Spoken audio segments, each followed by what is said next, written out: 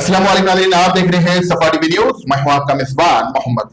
नाज़रीन, एक मुलाकात प्रोग्राम में एक से एक शख्सियतों के साथ आपके साथ रूबरू होता हूं, जहां पर बिजनेस टाइकॉन्स, पॉलिटिकल पार्टीज के लीडर, सोशल वर्कर, ऐसे अनगिनत चेहरों के साथ आपके साथ रूबरू होता हूं। आज हमारे साथ मौजूद हैं जनाब फैसल खान साहब, जो बीआरएस के एक नामचीन लीडर है।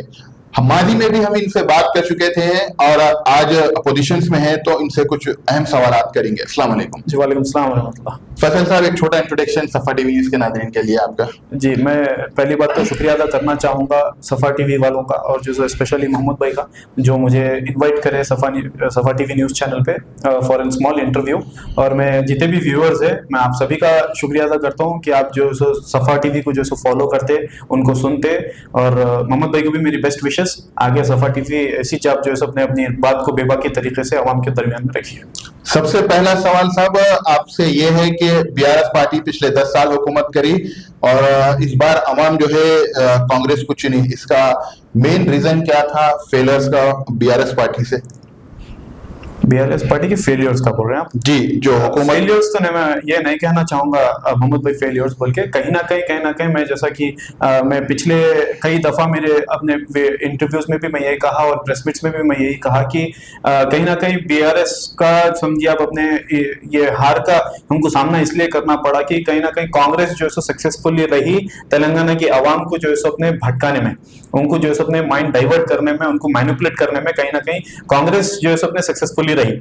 वो चाहे 6 गारंटी के स्कीम्स के नाम पे रहने दो या फिर जो है अपने कोई भी पॉलिटिकल इश्यूज पे रहने दो। हाँ, मैं मानता हूँ बीआरएस पार्टी की कहीं ना कहीं एंटी इनकम्बेंसी देखी गई थी डिस्ट्रिक्ट्स में, जहां से हमको जो शिकस्त मिली। और रही बात अतराफ व अकनाफ जो हैदराबाद के है हमारे सीट्स, वो जो हमारे हम बिल्कुल उस पर समझिए आप कामयाब रह चुके हैं। और बीआरएस पार्टी, मैं ये कहना चाहूंगा कि बीआरएस पार्टी आप थोड़ा सा देखिए कि पिछले गए असेंबली इलेक्शंस में हमारी पार्टी सिर्फ 2% वोट शेयर के पीछे से 2% वोट से जो पीछे थे, बस, और कुछ भी नहीं। पार्टी का विजन के बारे में अगर बताएं तो बेहतर था। आपकी नजर में बीआरएस पार्टी देश के स्टेट्स आगे का विजन क्या है? विजन देखिए, हमारी पार्टी का बेसिकली हमारी पार्टी फाउंड हुई थी 2001 में। तो क्या है, हम लोग क्या है तेलंगाना की आवाम के लिए और तेलंगाना की ओरिजिन के लिए हम जो हमेशा आवाज उठाते रहे। और तेलंगाना की पार्टी है, तेलंगाना की ओरिजिन पार्टी है बीआरएस पार्टी। जो पहले तेलंगाना राष्ट्र समिति थी, अब जो भारत राष्ट्र समिति हुई को एक वो जो है अपने एक स्टेप था कि हमको जो है नेशनल लेवल पॉलिटिक्स में हमको स्टेप रखने का। बट बेसिकली हमारी आइडियोलॉजी और जो हमारी जो सोशल जस्टिस और हमारी जो कारकर्दगियां हैं हमारे 10 साल के दौरे हुकूमत में, वो बीआरएस हम तेलंगाना की आवाम के लिए है और तेलंगाना की भलाई के लिए और तेलंगाना के डेवलपमेंट के लिए। ये हमारा विजन है। जी, यूथ एम्पावरमेंट से रिलेटेड आपसे एक और सवाल है, जैसा कि बीआरएस का एजेंडा क्या है आने वाले वक्त में, उनके पॉलिटिकल या इकोनॉमिक स्टेट्स देने के लिए क्या स्टेप्स लिया जाएगा? देखिए, जब हमारी जब हुकूमत चले गई थी, उसके फौरी तौर पे हमारे जो पार्टी के चीफ है केसीआर साहब और जो वर्किंग प्रेसिडेंट है केटीआर साहब, उन दोनों का भी जो प्रेस मीट्स में लगातार यही बोलना है कि हम अभी जो हमको जो एमएलएस जो छोड़ के जा रहे हैं वो उनको जाने दो। और जो भी पार्टी के लीडर्स जो एमएलएस रहो या विदाउट पोजीशन जो पार्टी के लीडर्स जो छोड़ के पार्टी को जा रहे हैं, उनको जाने दो। हम बीआरएस ऐसी पार्टी है जो पॉलिटिकल लीडरशिप पैदा करती, पॉलिटिकल लीडर्स बनाती। तो अब के जो हमारा ये विजन, हमारा जो इंटेंशन ये है कि हम जो भी पॉलिटिक्स में हम यूथ को जो चांस देंगे और अपकमिंग जो आने वाले जो लीडर्स है, वो लीडर्स बीआरएस पार्टी से बनकर और उभर कर निकलेंगे। एक नया चेहरे हम तेलंगाना की राजनीति में लेकर आएंगे बीआरएस पार्टी के थ्रू। अभी आप अपोजिशन में हैं और तेलंगाना में एजुकेशन से रिलेटेड एक सवाल सामने आ रहा है, जहां पर तेलंगाना में एजुकेशन सिस्टम्स को बेहतर बनाने के लिए बीआरएस का रूट मार्क पहले क्या था और अब कांग्रेस को आप क्या कहेंगे? हमारा रूट मैप तो पिछले 10 साल में तेलंगाना की आवाम बेहतर तरीके से देख रही है कि एजुकेशन के रिलेटेड हमारे जो पॉलिसीज रहे, जो इंफ्रास्ट्रक्चर जो है अपने डेवलपमेंट का जो सिस्टम रहा बीआरएस पार्टी का एजुकेशन डिपार्टमेंट के रिलेटेड, देखिए वो चाहे टिमरेज डिपार्टमेंट रहने दो या कोई भी महकमा रहने दो, जैसा कि टिमरेज है, काफी लोग जो है उसमें एजुकेशन से जो फायदा हासिल करते हैं। वैसे ही हम जो है स्कॉलरशिप के थ्रू भी रहने दीजिए, आप जो है ओवरसीज स्कॉलरशिप के थ्रू रहने दीजिए, जो बच्चे बाहर जाके पढ़ रहे हैं उनको 20-20 लाख रुपए हमारी हुकूमत ने दी। और काफी ऐसे अच्छे स्कीम से तो दौरान 10 साल की हुकूमत में बीआरएस ने किए। बट मैं आपको ये बताना चाहूंगा, आप देखिए हुकूमत फॉर्म होके पूरा 1 साल हो रहा, अभी तक स्टेट में जो है सो अपने एजुकेशन मिनिस्टर का नामो निशान नहीं है, अभी तक स्टेट में होम मिनिस्टर का नामो निशान नहीं है, अभी तक स्टेट में ऐसे ऐसे मिनिस्ट्रीज जो वाकई अहम है एक स्टेट चलाने के लिए, वैसे मिनिस्ट्रीज अपने पॉकेट में रख के जो है एक लिस्ट प्रिपेयर करके दिल्ली टू तेलंगाना टू दिल्ली से ट्रिप मार रहे हैं, ट्रिप मार के जो है अपने बोल रहे हैं कि इसका अप्रूवल चाहिए, मगर दिल्ली बॉसेस वहां पर से इजाजत नहीं दे रहे हैं, जिसके हमको खामियाजा भुगतना पड़ रहा है कि तेलंगाना में आज जो है लॉ एंड ऑर्डर से लेके एजुकेशन सिस्टम से लेके हेल्थ सेक्टर से लेके हर वो सेक्टर हम परेशान हैं, क्योंकि उसके रिलेटेड जो है अपने मिनिस्ट्रीज नहीं है और पूरा एक ही जने हैंडल कर रहे हैं, वो भी दिल्ली बॉसेस के हुक्म पे। जी, फार्मर वेलफेयर से लेके किसानों के लिए बीआरएस की रैतु बंधु और रैतु बीमा जैसी स्कीम्स का असर अब तक कैसा रहा? बीआरएस पार्टी के दौर में तो था ही, लेकिन अब आप अपोजिशन में हैं, तो आपको किस नजर से देखते हैं ये स्कीम्स को? देखिए मोहम्मद भाई, ऐसा है कि जो सफा टीवी के नाजरीन हैं, मैं उनसे भी रिक्वेस्ट करूंगा कि एक काम करिए आप, एक अपने, जब सबके पास तो फोन है भाई, स्मार्टफोन्स, आप अपना फोन खोलिए, फोन करके थोड़ा सा स्टडी करिए कि दौरान 10 साल, जब हमारी 9.5 साल समझिए आप, 9.5 साल जब भी हम जो हमारे बीआरएस पार्टी हुकूमत में थी, रईतु बंधु 10,000 रुपए हम अनाउंस करे थे, बराबर जो है अपने फार्मर्स तक के पहुंचता था। हम बोले कि लोन वेवियर्स का हम बराबर लोन वेवियर्स करिए, मगर यहाँ पर कुछ वादे किए गए कि भाई 10,000 से लेके हम 15,000 करेंगे, हम ये फलाना चीज हम माफ कर देंगे बोल के, बट वो चीज अभी तक इंप्लीमेंट नहीं आई। 1 साल अब बोले तो बोल रहे हैं कि हमको मालूम है ना, हुकूमत 1 साल में जो बोले वो नहीं कर सकते, हम हमारे पास बजट नहीं है, हमारे पास पैसा नहीं है। ये सिली रीजंस कब तक है, और आवाम बेहतर जानती है ये सिली रीजन है। आपको छोटा सा डाटा बताते चलूं मोहम्मद भाई, इनका एक बहुत बड़ा एलिगेशन है कांग्रेस पार्टी का कि हम जो है अपने तेलंगाना में, हम तेलंगाना फॉर्म करे जब से, हम तेलंगाना में हुकूमत में आए जब से, जो अपने बीआरएस पार्टी केसीआर स्पेशली, कि भाई 7.50 लाख रुपीस का लाख करोड़ का कर्जा ले लिए, बल्कि ये बात देखिए कैसा है। आप दौरे हुकूमत जब अलहदा नहीं हुआ था तेलंगाना आंध्र प्रदेश, आप हमको जो है अपने कितना की खर्चा करके 75,000 जो है अपने करोड़ जो है हमको खर्चा रख के दिए थे, फिर कितने की डिपार्टमेंट्स को जो है बाकी थे, वो चीज को हम रिकवर करते हुए आके, मैं आपको डाटा के हिसाब से बताना चाहूंगा, हम पूरे 10 साल की हुकूमत में हम जो है खर्चा 4 लाख करोड़ खर्चा लिए, वो भी तेलंगाना की आवाम के लिए, जो हम स्कीम्स उसमें इंप्लीमेंट करें, और आवाम जानती है हम क्या करें क्या नहीं करें। रही बात पिछले 1 साल में, जब से कांग्रेस की हुकूमत फॉर्म हुई, आप 1 लाख जो सौ करोड़ जो खर्चा ले रहे हैं तेलंगाना की, सिर्फ 1 साल की बात बता रहा हूं आपको, हम 10 साल में 4 लिए, 1 साल में 1 लाख करोड़ का खर्चा लेके फिर बोल रहे हैं कि हमारे पास बजट जो सो स्कीम्स नहीं है। माइनॉरिटी डिक्लेरेशन देखिए आप, अपने 4,000 चिल्लर का जो अपने आप अनाउंस करें, माइनॉरिटी डिक्लेरेशन इतना बजट में दूंगा बोल के, जो सो अपने रिलीज जो सो 3,400 करोड़ करे, 3,400 करोड़ रुपए आप रिलीज करें, फिर जो सो बोल रहे हैं कि कोई महकमे में हमारे पास पैसा नहीं है बोल के बोल रहे हैं। आप तेलंगाना की आवाम से मैं रिक्वेस्ट करता हूं कि आप देखिए ये चीजें 1 साल में आपको रिपोर्ट कार्ड सबके सामने आ रही। जी, तेलंगाना के हिसाब से, पब्लिक के हिसाब से आप अपोजिशन में हैं, तो आप जो है तेलंगाना में सबसे बड़ा समस्या क्या है और उसको रिजॉल्व कैसा करना चाहिए, इससे मुतालिक कुछ आप एज ए अपोजिशन कुछ कह सकते हैं? देखिए, opposition, as an opposition party मैं यही कहना चाहूंगा कि तेलंगाना की आवाम को, आप लोग जो सो जनता है, आप लोग जो सो करता धरता है, आप सफा टीवी के माध्यम से जब भी मेरी अगर वीडियो आप तक पहुंच रही है, तो सिर्फ आप एक काम करिए कि 9.5 साल की रिपोर्ट देखिए, जो माइनॉरिटीज के रिलेटेड रहने दो, या कोई भी तबका तेलंगाना में, बीसी, एससी, एसटी, कोई भी तबका रहने दो, सबके साथ इंसाफी की गई थी, सबको जो है सो अपने बराबर का हिस्सा दिया गया था, रिलेटेड उसके जो पॉलिसीज लेकर आए थे, हम इंप्लीमेंट करें जो भी हमारे योजनाएं थे। और रही बात जो ये जो माइनॉरिटी के रिलेटेड जो भी बातें हैं, वो चीज आप, मैं उसके ऊपर अगर बात करना चाहूंगा तो it is a different topic, but मैं ये कहना चाहूंगा कि आप पिछले 10 साल की कारकर्दगी आप देखिए, आप पिछले 1 साल का आप रिपोर्ट देखिए, वो चाहे लॉ एंड ऑर्डर से रहने दीजिए, वो चाहे हेल्थ सेक्टर से रहने दीजिए, वो चाहे कौन सा भी महकमा इनके रहने दीजिए। सबसे पहली चीज आप ये गौर करिए कि इन्होंने जो 6 गारंटी का वादा किया गया था कांग्रेस पार्टी के थ्रू, सिर्फ एक बस फ्री करने से आपको कुछ नहीं होने वाला है। हमारे तेलंगाना में कोई जरूरी नहीं था कि वुमेन्स को बस फ्री कर दिए, वो दूसरे स्टेट्स थे जहां पर वुमेन एम्पावरमेंट ज्यादा था, वहां पर वुमेन एम्प्लॉयमेंट रेट ज्यादा था, वहां पर जो है बस फ्री कर दिया तो चलता था। बट यहाँ पर कोई ऐसी जरूरी जो नहीं समझा गया था कि भाई बस फ्री करना था। बहरहाल आप बस फ्री कर के बोल रहे हैं कि हम 6 गारंटियों पे इंप्लीमेंट कर दिए, आवाम अभी भी परेशान है। आप देख सकते हैं राशन कार्ड का भी जो है अनाउंसमेंट हुआ, आप देखिए राशन कार्ड को भी कितने कितने प्रॉब्लम्स आते हैं। आप बोल रहे हैं कि कास्ट सेंसस सर्वे कराए, बल्कि आप देखिए आपके पास तो कास्ट सेंसस सर्वे हुआ नहीं, कोई प्रॉपर कास्ट सेंसस पे कास्ट सेंसस जो सर्वे किया नहीं गया। पब्लिक का आज भी परेशान है, पब्लिक के हमारे घरों पे नहीं आया, बल्कि क्या कर लिए किधर कर लिए नहीं मालूम, बगैर 98% हो गया, 100% हो गया हमारा सर्वे, बल्कि भी बदला नहीं। ये आवाम को जानना चाहिए और देखना चाहिए इस चीज को। मौजूदा उसमें जो है सबसे ब्रेकिंग न्यूज में हमेशा हाईलाइट नजर आते रहते हैं केटीआर साहब, जिनके ऊपर इल्जाम है कई करोड़ का, और ईडी और एंटी करप्शन ब्यूरो भी जो है इस पर लगातार चल रही है। इस पर आप क्या कहेंगे?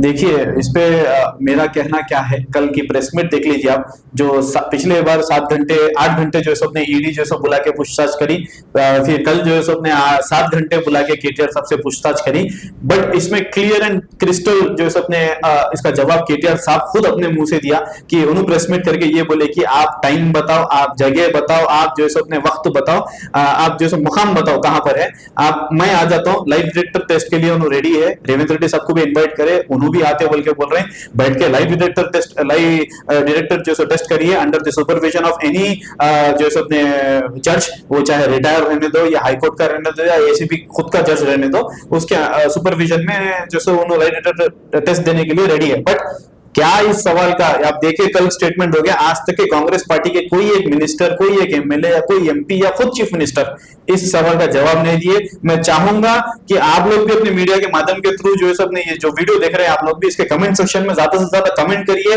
पूछिए कांग्रेस पार्टी से, ये केटीआर साहब के सवाल का जवाब दीजिए बोल के पूछिए उनसे भी, ताकि पब्लिक को ताकि जो समझे सोशल मीडिया के थ्रू हुकूमत तक ये बात जाए। जी, ऑपोजिशन में रहकर बीआरएस किस तरह कांग्रेस की हुकूमत की पॉलिसीज का मंसूबा करेंगे? कहीं काम नहीं करे, ग्रास रूट लेवल काम नहीं करे, वहां पर से आपके नुमाइंदे चुन के नहीं है, और आप जैसे नाराजगी जता रहे हैं ठहर के कि भाई एक भी माइनॉरिटी एमएलए नहीं है बोल। आपको पहली बात तो ये सोच लेना चाहिए रेवंत रेड्डी साहब, आप जो महकमे में चेयरमैन दिए बोल के आप जो स्पीच में आपके बोले वो तो देना ही था, वो तो माइनॉरिटी महकमा है, माइनॉरिटी के चेयरमैन से आपको देना ही था। बट आप जो ऐसा बोल रहे हैं बीइंग चीफ मिनिस्टर, बहुत अफसोस की बात है कि आपके मुंह से ऐसा निकल रहा कि भाई ये समझिए नाकाबिल कबूल बात है कि भाई आप भी आप अगर उतने ही अगर बहुत फिक्रमंद रहते तो आप जैसा बोले कि भाई आप मेरे सीट से आके लड़ लीजिए, छोटे भाई को आप जो बोले असेंबली में डर के, मैं क्या है उनके कोंडंगल से जैसा मैं मेरी सीट से आपको ठहरा करके जिता के लेकर आऊंगा, वैसे कांग्रेस के माइनॉरिटी कोई बेहिसाब लीडर हैं, उनको जो सा मेहनत करी उनको एमएलए बनाइए, वो नहीं करके सिर्फ आप मिठे बातें कर रहे हैं बस। तो ये चीज आवाम देख रही है बस आपके जो मैं बहुत जबरदस्त बात बोला, देखिए आप अपने जैसा कि मूसी के नाम पे जो रिवर्स के नाम पे रहता, तो आप मूसी रेड्डी जैसे चाले मत करिए, आप रेवंत रेड्डी जैसे चाले करिए बस। मैं आपका तहे दिल से शुक्रिया अदा करता हूँ।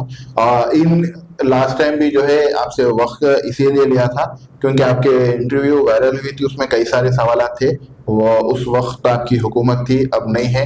इंशाल्लाह फिर आने वाले वक्त के अवाम क्या दिखाना चाहेंगी ये ऊपर वाला ही बेहतर जानता। मैं आपसे गुजारिश करूंगा कि ये जो डबल बेडरूम को लेकर पहले के और अब के लेके अवाम में थोड़ी कशीदगी है, मिलेंगी नहीं मिलेंगी, कोर्ट से ऑर्डर्स आ रही और लिस्ट चेंज हो रही, इसके ऊपर अगर आप कुछ छोटी सी बयान दिए तो बेहतर था। देखिए मैं मुख्तसर मुफीद यही बात करना चाहूंगा कि आवाम का काम है, ये स्कीम हम लेकर आए थे, ये स्कीम हमारे दौरे हुकूमत में इम्प्लीमेंट में लेकर आए और काफी लोग इससे इस्तेफादा करें, राइट। अब कांग्रेस की हुकूमत में कांग्रेस नहीं दे रही तो ये आवाम का काम है, हम तो अपोजिशन पार्टी है, हमारे पास रुझी हुई है, जिसको जिसको प्रॉब्लम है बीआरएस पार्टी का भवन खुला है, आप लोग बेझिझक अपने मसले ले लेकर हमारे पास आ सकते हैं। वहां पर भवन में आप माइनॉरिटीज के लीडर से भी मिल सकते हैं और जैसे मुख्तलिफ लीडर्स है वहां पर मेरा नंबर भी मिल जाता, आप लोग वहां पर आइए, हमसे जुड़िए ताकि हम जो है आपकी आवाज जो है रेस कर सके। आवाम का भी काम है भाई, ऐसा नहीं है कि पूरे स्कीम्स जो है ले लेके बैठ जा रहे हैं, वैसा नहीं है। जब आपको आपका हक नहीं बन रहा तो आपको जमहूरी इख्तियारात है, आपको कि आप प्रोटेस्ट करिए, एहतजाज करिए, अपने हक के वास्ते लड़िए, आवाज पैदा करिए, एक आवाज बनिए आवाम की। हम आपको रिप्रेजेंट करने के लिए रेडी है, बट आप भी अपने फराइज समझिए, आपको भी जमहूरी इख्तियारात है हमारे साथ देने का। आप आइए, हमसे जुड़िए, हम बराबर आपका काम करा के देंगे, नहीं है एहतजाज करेंगे, उनसे छीनेंगे, आपका हक है, आपके हक के आवाज के लिए हम हमेशा ठहरे हैं और ठहरे रहेंगे इंशाअल्लाह। तो डबल बेडरूम को लेकर तो एक मसला था, लेकिन अब कांग्रेस हुकूमत की तरफ से जो है एक स्कीम निकाले, इसमें जो है 5 लाख का कुछ अमाउंट दिया जा रहा, घर बनाने के लिए। फाइव गारंटीज में से है मोहम्मद भाई, guarantees में से। जिसका घर कंस्ट्रक्ट में हुआ जो है सो जी। अपने उसको 5 लाख दिए जाएंगे। वैसे ही यूथ डिक्लेरेशन भी है, जो बेरोजगार युवाएं हैं हमको जी। जो है सो पहली बात तो नौकरी देंगे बोल के बोले। नौकरी हमारे दौर में एग्जाम्स कंडक्ट हुए, हमारे दौर में जो है सो अपने हमको नौकरियां मिली, बट खाली सिर्फ जो है सो बुला के अपॉइंटमेंट्स देके हम बोले कि हम नौकरियां दे लिए बोल के, वो चीज भी आवाम देख रही है। वैसे ही आप वुमेन्स को देखिए, आप 2,500 रुपए मंथली पेंशन देते बोल के बोले, आप कहां पर है बताइए। प्रियंका गांधी जी आए आके बोले हम जो है इलेक्ट्रिक स्कूटी देंगे बोल के बोले, आज तक स्कूटियां बाकी है। आप देख रहे हैं 2500 रुपए महीने से 1 साल के आप लगा लीजिए, पर वुमन 30,000 रुपीज मेरे सबसे बाकी रह जाते हैं। अभी तक एक औरत को जो हमने 2500 रुपए का 25 रुपए नहीं मिले। तो ये चीज आवाम के सामने है, दरमियान में है, सब चीज देख रही है आवाम क्या हो रहा है क्या नहीं हो रहा है।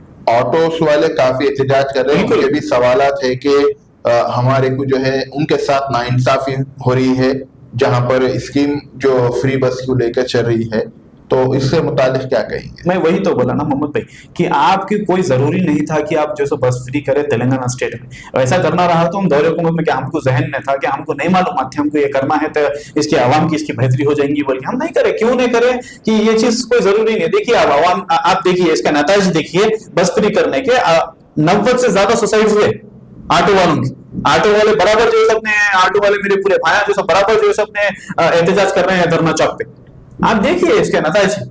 आप थोड़ी देर के लिए बस फ्री करते रहे, मगर आप ये नहीं सोचे कि भाई ऑटो वाले कहाँ जाएंगे। ऑटो वाला जिसको डेली कमा के जो अपने खाने का रहता, जिसको डेली वो क्या बोलते डेली गुत्ता जिसको देने का रहता, डेली का डेली ऑटो चला के उसका जो रेंट रहता ओनर को जो देने का रहता, वो कहां से निकालेगा।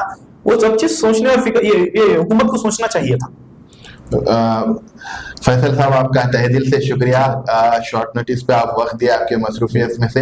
इंशाल्लाह ताला वादा कीजिए इंशाल्लाह फिर बिल्कुल बिल्कुल, मैं आप ऐसी टॉपिक से मेरे कने आइए भाई, मैं बराबर एनी टाइम मोहम्मद भाई मैं आपके चैनल पे आऊंगा। मैं शुक्रगुजार हूँ सफान टीवी का भी और मोहम्मद भाई का भी, और जो सबने उनके व्यूअर्स का, जो मेरी वीडियो आप अगर देख रहे भाई तो थोड़ा जो सबने सब्र से इसको पूरा सुनिए ताकि आपके जहनों में भी ये बात बैठे। और दुआ करिए मोहम्मद भाई के लिए भी, मोहम्मद भाई को भी अल्लाह इसमें कामयाबी दे, जो भी उनका काम और उनका मकसद और मकासिद है, हम यही दुआ करेंगे आपके वास्ते। बहुत बहुत शुक्रिया। अस्सलाम वालेकुम। वालेकुम सलाम।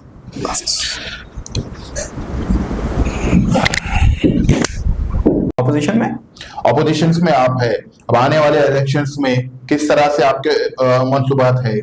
हमारे मंसूबा क्लियर है भाई, हमारा स्ट्रैटेजीज हमारी पॉलिसीज एकदम क्लियर है। देखिए हम तेलंगाना की आवाम के लिए बेहतरी के लिए काम कर रहे हैं, तेलंगाना के डेवलपमेंट के लिए काम कर रहे हैं।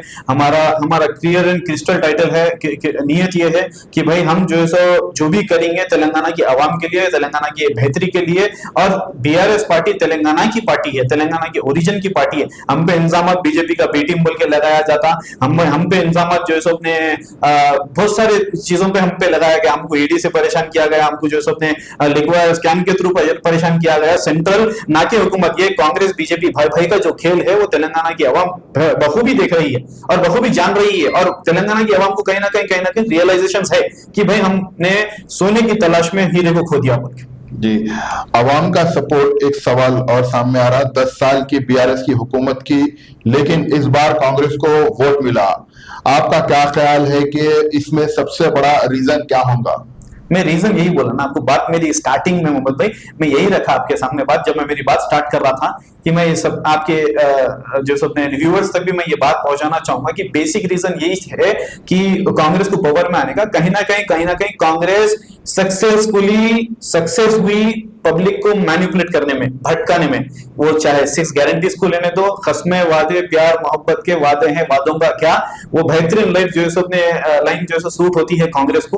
तो क्या है, अपने वादे किए गए निभाए नहीं जा रहे, और जो है अपने आवाम के दरमियान में जो चीजें रखी गई वो चीज कर रहे हैं, वो आवाम को भी बेहतर तरीके से मालूम है कि क्या चीज हो रही है क्या चीज नहीं हो रही है। इनको बात करने के लिए समझिए आप मोहम्मद भाई, उनको जो दर्ज नहीं है बता रहा हूँ कि कोई मिनिस्टर्स कने या कोई उनके एमएलए एमपीस कने मीडिया फेस करिए, बोलिए ना।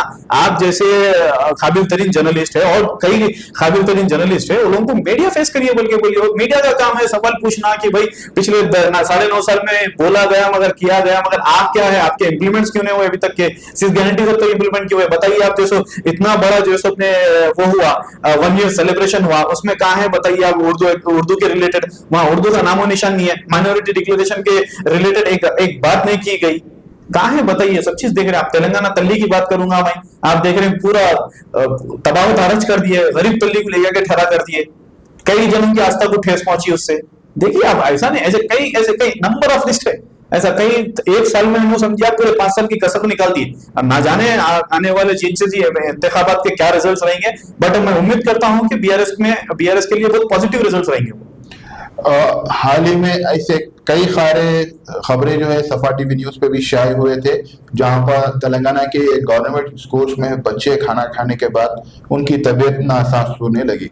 ये बार बार ऐसे वाकयात होते आ रहे हैं। बीआरएस की हुकूमत में भी चंद ऐसे वाकयात का सिलसिला जिक्र आया था, लेकिन अब इसके पीछे इसकी वजूहात क्या होंगी, इससे मुतालिक वजूहत यही है भाई कि प्रॉपर, मैं अभी जैसा बोला आपको कि भाई एक एडमिनिस्ट्रेशन रन करने में प्रॉपर निजाम की जरूरत है। भाई एडमिनिस्ट्रेशन रन करने में क्या है, एक मिनिस्टर रहता है, उसके नीचे सेक्रेटरीज रहते हैं, उसके नीचे पूरा महकमा काम करता। जैसा कि आपको मालूम, एजुकेशन मिनिस्टर नहीं है, कोई प्रॉपर देखने वाला नहीं है स्टेट को। आप जो है अपने देख रहे हैं, आप अभी तक के रेट समझिए 60 पार कर दिया कि जो है अपने 16 मासूम बच्चों की जो जान चले गई।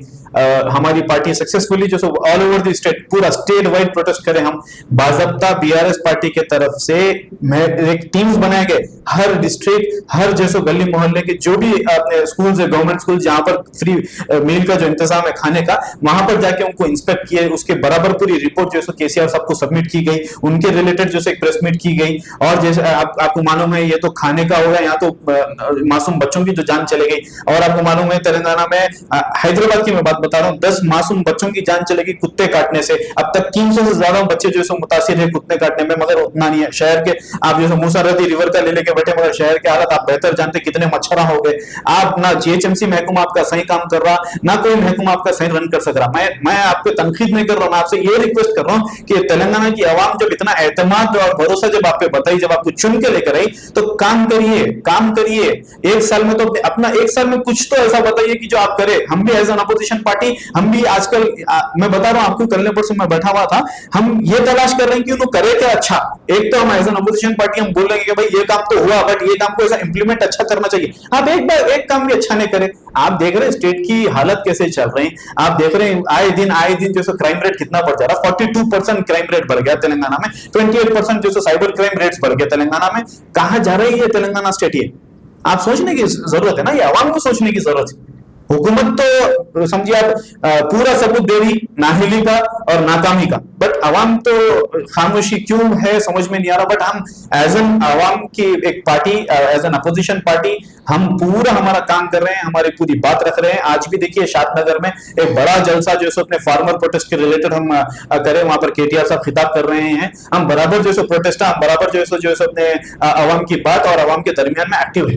अब ये जो चल रहा हैदरा का प्रोजेक्ट्स जो लेके चल रहा, इसमें किस हद तक आवाम का फायदा है या नुकसान है, इससे मुतालिक आप देखिए। ये एक मोहम्मद भाई, ये एक लंबी एक सेपरेट टॉपिक पे भी अपन बात कर सकते हैं। मैं समझता हूँ कि उसमें एक प्रॉपर इंफॉर्मेशन के रिलेटेड एक प्रॉपर तरीके से मैं आपके व्यूअर्स के सामने बात रखना चाह रहा हूँ कि हैदरा का मसला कैसा था कि आप जो है अपने डिमोलिशन स्टार्ट करें। हम जो है स्टे लेके आए बीआरएस पार्टी, और स्टे लेकर के काफी जो है अपने माइनॉरिटीज में, ज्यादातर उसमें माइनॉरिटीज मुतासिर थे, उसमें उन लोगों को एक रिलीफ दिए, बट फिर भी जो है कोर्ट जो हाइड्रा का डिमोलिशन प्रोसेस के लिए ऑर्डर दी। अब देखिए आगे जाके आवाम परेशान हो रही है, बस और कुछ भी नहीं। ये मूसा नदी रिवर प्रोजेक्ट उतना खास नहीं था, यकीन मानिए।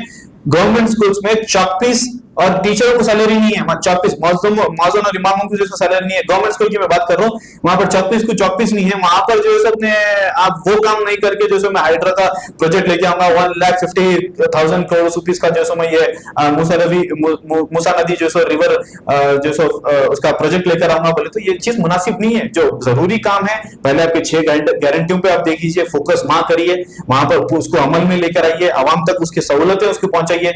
पेंशन रुके हुए है, आप जो है अपने कई ऐसे काम है महकमे के, गवर्नमेंट के जो रुके हुए हैं वो नहीं कर रहे हैं, बट आप ये जो है डेमोलिशन करके आप जो क्या बताना चाह रहे हैं, बस ऊपर वाला बेहतर जानते हैं। हाल ही में जो है तेलंगाना हाउस में जो है इमाम और मौजम जो है इससे मुतालिक एहतजाज करे। कोई पेपर या फिर कोई सोशल मीडिया पे इस तरह से खबर शायी हुई थी, कहते कि इमाम और मौजम को पेंशन मिल गई, लेकिन ऐसा नहीं हुआ। इसके बाद एहतजाज हुआ, इससे मुतालिक आपकी क्या राय है? यही तो है ना। देखिए, हम दौरे हुकूमत में बीआरएस के पहली बात तो कोई इमाम और मौजन को पेंशन नहीं थी, हमारी स्कीम थी, हम लेकर आए इमाम और मौजन को। जो सो हमारी पार्टी की देखिए यही सोचना है। मैं जब बड़े लीडर्स में बैठता हूँ तो उन से मैं ये सुन के बहुत ही खुश होता हूँ कि भाई हम कोई नहीं इनको ये कुछ भी देने वाले, वो चाहे इमाम मौजन रहने दो या प्रीस्ट रहने दो मंदिर के, या चर्च के पादरी रहने दीजिए, कोई भी रहने दीजिए, हम उनका जो सो कोई हम नहीं दे सकते, बट एक छोटी सी हेल्प है उनको गवर्नमेंट के जरिए, जो उन सर्विसेज जो प्रोवाइड कर रहे हैं। एक रिलीजियस स्कॉलर्स है जो भी है, उन्हें एक रिलीजन को जो सर्व कर रहे हैं अपने आप को, तो हुकूमत का भी काम बनता है उनको कुछ हम हदिया टाइप में दिए। बट बराबर बीआरएस के दौर में दिया गया था, कुछ देर दुरुस्त हुई थी मगर बराबर दिया गया था। बट यहाँ पर आने के बाद मुसलसल जैसे इमाम और मौजन को आप जैसा अभी बताए कि फॉल्स रूमर्स जो भी फैल रहे हैं पब्लिक में, ये आवाम को देखना चाहिए, ऐसा हो रहा है। आने वाले जीएचएमसी इलेक्शंस को लेकर बीआरएस पार्टी और आपके ख्यालात? मेरा यही बोलना है, बीआरएस पार्टी हम जो सो ग्रास रूट लेवल पे और जो सो अपने हर वो चीज से तैयार है। और पहली बात बीआरएस पार्टी का यही मुतालबा रहेगा कि आप जो सो अपने बीसी रिजर्वेशन के रिलेटेड जो है आप बीसीओ को जो 42% रिजर्वेशन देते बोल के बोले लोकल बॉडी इलेक्शंस में, पहले उसको अलॉट करीजिए, फिर उसके बाद जो है अपने इंतखाबात का सोचिए। अगर इंतखाबात अगर आप कराना चाह रहे हैं, आप हम लोग हमेशा रेडी है, बट बशर्त है आप जो है 42% रिजर्वेशन दीजिए, हम इंतखाबात के लिए रेडी है। जी फैसल साहब, और भी बहुत सारे सवालात है, बहुत सारे जवाबात है, इंशाल्लाह आपसे फिर एक बार वक्त लेके इसको कंप्लीट करने की कोशिश करेंगे। आखिर में जो है मिनिस्ट्री खास तौर पर सोशल मीडिया पे एक पोस्ट डाला था जहां पर फलाने शख्स को मिनिस्ट्री देना चाहिए, फलाने शख्स को देना चाहिए, माइनॉरिटीज की बात कर रहा हूँ। तो शब्बीर अली साहब का भी नाम आया था, फिरोज खान का भी नाम आया था, और भी लोगों का नाम आया था। आप अपने पर्सनल एनालाइज के हिसाब से ये बताइए कि अगर आने वाले वक्तों में अगर हुकूमत तेलंगाना में जो कांग्रेस की है माइनॉरिटीज को अगर मिनिस्ट्री देंगे तो किसको और कौन सी पोस्ट दिए तो बेहतर रहेगा? देखिए, पहली बात तो मैं ये बताना चाहूंगा, एक छोटा सा आपके एक बात आपके नॉलेज में लेके आता ये चलूं कि भाई नॉलेज में क्या, सबको मालूम है कि आजादी मिले जब से आज तक के ऐसा कभी नहीं हुआ जो आज हमारे मुल्क में हम देख रहे हैं। मुल्क की मैं पहले बात करना चाहूंगा कि जब मोदी 3.0 की हुकूमत आई, तीसरी बार मोदी चुनकर आए, पहली बार ऐसा है कि कोई माइनॉरिटी यूनियन मिनिस्टर नहीं है। आज भी ऑल ओवर इंडिया में एक भी माइनॉरिटी का यूनियन मिनिस्टर नहीं है। मुख्तार अब्बास नकवी थे, उनके बाद कोई नहीं है अभी तक। वैसे सेम पैटर्न जैसा बोले ना, बड़े भाई जैसा करे छोटे भाई भी स्टेट में वैसे कर रहे हैं। अभी तक भी पूरा 1 साल हो रहा, कोई माइनॉरिटी मिनिस्टर्स को इन्होंने लेकर आए। वही मैं बता रहा हूँ ना, लिस्ट प्रिपेयर होती, हाई कमांड के बॉसेस करने जाती, उन्होंने जो अप्रूवल दिए तो करना है, वरना कुछ भी नहीं है यहाँ पर, ऐसा है। तो ये क्या है, डिक्टेटरशिप हमारे स्टेट में अब चलने वाली नहीं है। और रही बात माइनॉरिटी के मिनिस्ट्री की, अगर अपन बात करेंगे, किसी को भी दो, हमको स्पेसिफिकली फिरोज खान, शब्बीर अली, फलाना उनका हम किसी को भी मैटर नहीं करते, किसी को भी दीजिए, मगर माइनॉरिटी एक मिनिस्टर रहना जरूरी है। देखा गया तो परसेंटेज के हिसाब से ज्यादा रहना चाहिए, बट एक मिनिस्टर तो एटलीस्ट आप कम से कम स्टेट में बना सकते। आपको मैं ये बताता चलूं, मौलाना अब्दुल कलाम आजाद के जो डेथ एनिवर्सरी थी, यहाँ पर रविंद्र भारती में प्रोग्राम करे थे हमारे चीफ मिनिस्टर अपने रेवंत रेड्डी साहब भी आके, वहां पर बड़ी जो है अपने उस तरीके से जो है नाराजगी जताए मुसलमानों से कि भाई आप लोग एक अपना रिप्रेजेंटेटिव, एक एमएलए चुनकर नहीं लेके आए। मैं रेवंत रेड्डी साहब से ये बोलूंगा कि भाई आप ये 6 सीट, राइट, देखिए हमारी अगर बात करूंगा मैं पहले, तो हमारा जो 2014 में जो अपने निजामाबाद से 1 सीट थी, फिर 2019 में 1 सीट थी। वो जाहिर ये अलग बात है कि भाई हमारा एक ही रिप्रेजेंटेटिव था, मगर था तो सही, एक एमएलए था मगर था तो सही। आपको मैं बताता चलूं, 2009 से अब तक के एक भी एमएलए नहीं है मुसलमान एमएलए कांग्रेस में, बता रहा हूं 2009 से 9 की बात बता रहा हूं, 9 से लेके अभी तक बता रहा हूं, एक भी एमएलए नहीं है। क्यों जैसे अपने कांग्रेस पार्टी सेक्युलरिज्म का यहाँ पर अपने जवाब दीजिए, बताइए आप। वो सेक्युलरिज्म पूरे देश भर में बांट लेते फिर रही, फिर यहाँ पर तेलंगाना में भी अब सेक्युलर है, अगर आप सेक्युलर है तो कांग्रेस ज्वाइन करे बोल के बोल रही। तो मैं आपको यही बताना चाह रहा हूँ कि अगर आप वाकई सेक्युलर है तो आप थोड़ी मेहनत करिए, माइनॉरिटी फेस के पीछे एक आवाम को चुन के लेके। आप जैसे 7 सीट तो यहाँ पर तो अलायंस में चलते हैं, यहाँ पर 4 सीट दिए, एक दिए कामर रेड्डी दिए, उसके बाद फौरन पलटा के उसको एंड मौके पे जो सो निजामाबाद भी ज्यादा ले शबीर अली साहब को, एक दिया जुबली हिल्स अजहरुद्दीन को, वहां पर भी जो है माइनॉरिटीज के रिलेटेड आप सही काम नहीं करे, ग्रास रूट लेवल काम नहीं करे, वहां पर से आपके नुमाइंदे चुन के नहीं है, और आप जो है नाराजगी जता रहे हैं ठहर के कि भाई एक भी माइनॉरिटी एमएलए नहीं है बोलते। आपको पहली बात तो ये सोच लेना चाहिए रेवंत रेड्डी साहब, आप जो महकमे में चेयरमैन दिए बोल के आप जो स्पीच में आपके बोले वो तो देना ही था,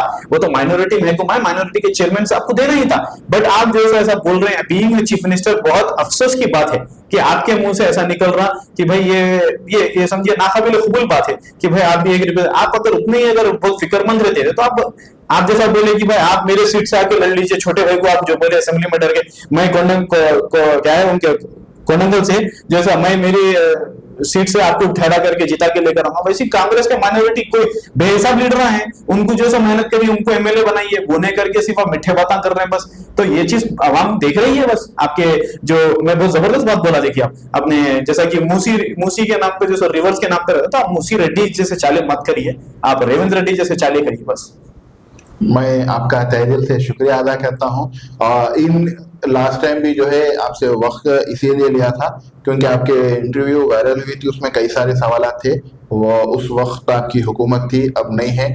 इंशाल्लाह फिर आने वाले वक्त के अवाम क्या दिखाना चाहेंगी ये ऊपर वाला ही बेहतर जानता। मैं आपसे गुजारिश करूंगा कि ये जो डबल बेडरूम को लेकर पहले के और अब के लेके अवाम में थोड़ी कशीदगी है, मिलेंगी नहीं मिलेंगी, कोर्ट से ऑर्डर्स आ रही और लिस्ट चेंज हो रही, इसके ऊपर अगर आप कुछ छोटी सी बयान दिए तो बेहतर था। देखिए मैं मुख्तसर मुफीद यही बात करना चाहूंगा कि आवाम का काम है, ये स्कीम हम लेकर आए थे, ये स्कीम हमारे दौरे हुकूमत में इम्प्लीमेंट में लेकर आए और काफी लोग इससे इस्तेफादा करें, राइट। अब कांग्रेस की हुकूमत में कांग्रेस नहीं दे रही तो ये आवाम का काम है, हम तो अपोजिशन पार्टी है, हमारे पास रुचि हुई है, जिसको प्रॉब्लम है बीआरएस पार्टी का भवन खुला है, आप लोग बेझिझक अपने मसले ले लेकर हमारे पास आ सकते हैं, वहां पर भवन में आप माइनॉरिटीज के लीडर से भी मिल सकते हैं और जैसे मुख्तलिफ लीडर्स है वहां पर मेरा नंबर में मिल जाता, आप लोग वहां पर आइए, हमसे जुड़िए ताकि हम जो है आपकी आवाज जो है रेस कर सके। आवाम का भी काम है भाई, ऐसा नहीं है कि पूरे स्कीम्स जो है ले लेके बैठ जा रहे हैं, वैसा नहीं है। जब आपका हक नहीं बन रहा तो आपको जमहूरी इख्तियारात है, आपको क्या प्रोटेस्ट करिए, एहतजाज करिए, अपने हक के वास्ते लड़िए, आवाज पैदा करिए, एक आवाज बनिए आवाम की। हम आपको रिप्रेजेंट करने के लिए रेडी है, बट आप भी अपने फराइज समझिए, आपको भी जमहूरी इख्तियारात है हमारे साथ देने का, आप आइए, हमसे जुड़िए, हम बराबर आपका काम करा के देंगे, नहीं है एहतजाज करेंगे, उनसे छीनेंगे, आपका हक है, आपके हक के आवाज के लिए हम हमेशा ठहरे हैं और ठहरे रहेंगे इंशाअल्लाह। तो डबल बेडरूम को लेकर तो एक मसला था, लेकिन अब कांग्रेस हुकूमत की तरफ से जो है एक स्कीम निकाले, इसमें जो है 5 लाख का कुछ अमाउंट दिया जा रहा घर बनाने के लिए, 5 गारंटीज में से है जिसका घर कंस्ट्रक्ट में हुआ जो उसको 5 लाख दिए जाएंगे। वैसे ही यूथ डिक्लेरेशन भी है, जो बेरोजगार युवाएं हैं हमको जो पहली बात तो नौकरी देंगे बोल के बोले, नौकरी हमारे दौर में एग्जाम्स कंडक्ट हुए, हमारे दौर में जो सबने हमको नौकरियां मिली, बट खाली सिर्फ जो है बुला के अपॉइंटमेंट्स देके हम बोले कि हम नौकरियां दे लिए बोल के, वो चीज भी आवाम देख रही है। वैसे ही आप वुमेन्स को देख लीजिए, आप 2500 रुपए मंथली पेंशन देते बोल के बोले, आप कहां पर बताइए। प्रियंका गांधी जी आके बोले हम जो इलेक्ट्रिक स्कूटी देंगे बोल के बोले, आज तक की स्कूटियां बाकी है। आप देख रहे हैं 2500 रुपए महीने से 1 साल के आप लगा लीजिए, पर वुमन 30,000 रुपीज मेरे सबसे बाकी रह जाते हैं। अभी तक एक औरत को जो है 2500 रुपए का 25 रुपए नहीं मिले। तो ये चीज आवाम के सामने है, दरमियान में है, सब चीज देख रही है आवाम क्या हो रहा है क्या नहीं हो रहा है। ऑटोस वाले काफी एहतजाज कर रहे हैं, ये भी सवालात है कि हमारे को जो है उनके साथ नाइंसाफी हो रही है, जहां पर स्कीम जो फ्री बस को लेकर चल रही है, तो इससे मुतालिक क्या कहेंगे? मैं वही तो बोला ना मोहम्मद भाई कि आपकी कोई जरूरी नहीं था कि आप जो सो बस फ्री करें तेलंगाना स्टेट में। ऐसा करना रहा तो हम दौरे हुकूमत में क्या हमको जहन में था कि हमको नहीं मालूम था हमको ये करना है तो इसके आवाम की इसकी बेहतरी हो जाएंगी बोल के हम नहीं करे। क्यों नहीं करे कि ये चीज कोई जरूरी नहीं। देखिए आप आवाम, आप देखिए इसका नताइज देखिए, बस फ्री करने के 90 से ज्यादा सुसाइड हुए ऑटो वालों की। ऑटो वाले बराबर जो सबने, ऑटो वाले मेरे पूरे भाया जो सब बराबर जो सबने एहतजाज कर रहे हैं धरना चौक पे। आप देखिए इसके नताइज। आप थोड़ी देर के लिए बस फ्री करते रहे, मगर आप ये नहीं सोचे कि भाई ऑटो वाले कहाँ जाएंगे। ऑटो वाला जिसको डेली कमा के जो अपने खाने का रहता, जिसको डेली वो क्या बोलते डेली गुत्ता जिसको देने का रहता, डेली का डेली ऑटो चला के उसका जो रेंट रहता ओनर को जो देने का रहता, वो कहां से निकालेगा। वो सब चीज सोचने और फिक्र ये हुकूमत को सोचना चाहिए था। फैसल साहब, आपका तहे दिल से शुक्रिया, शॉर्ट नोटिस पे आप वक्त दिया, आपके मसरूफियत में से। इंशाल्लाह ताला वादा कीजिए इंशाल्लाह फिर बिल्कुल बिल्कुल, मैं आप ऐसी टॉपिक से मेरे कने आइए भाई, मैं बराबर एनी टाइम मोहम्मद भाई मैं आपके चैनल पे आऊंगा। मैं शुक्रगुजार हूँ सफा टीवी का भी और मोहम्मद भाई का भी, और जो सबने उनके व्यूअर्स का, जो मेरी वीडियो आप अगर देख रहे हैं भाई तो थोड़ा जो सबने सब्र से इसको पूरा सुनिए ताकि आपके जहनों में भी ये बात बैठे, और दुआ करिए मोहम्मद भाई के लिए भी, मोहम्मद भाई को भी अल्लाह इसमें कामयाबी दे, जो भी उनका काम और उनका मकसद और मकासिद है, हम यही दुआ करेंगे आपके वास्ते। बहुत बहुत शुक्रिया, अस्सलाम वालेकुम। वालेकुम सलाम। Adnan Water Tank presents Adnan Auto Clean Water Tanks for the first time in India. ये सेल्फ क्लीनिंग वाटर टैंक्स हैं जिनको लगाने से आपका पानी बैक्टीरिया और जर्म्स से महफूज रहता है और आपके घर में बीमारियों का डर कम हो जाता है। फोम लेयर का इस्तेमाल करके 4 लेयर्स में इन टैंक्स को बनाया गया है। ये tanks antibacterial, UV stabilised, dust और रस्ट फ्री हैं।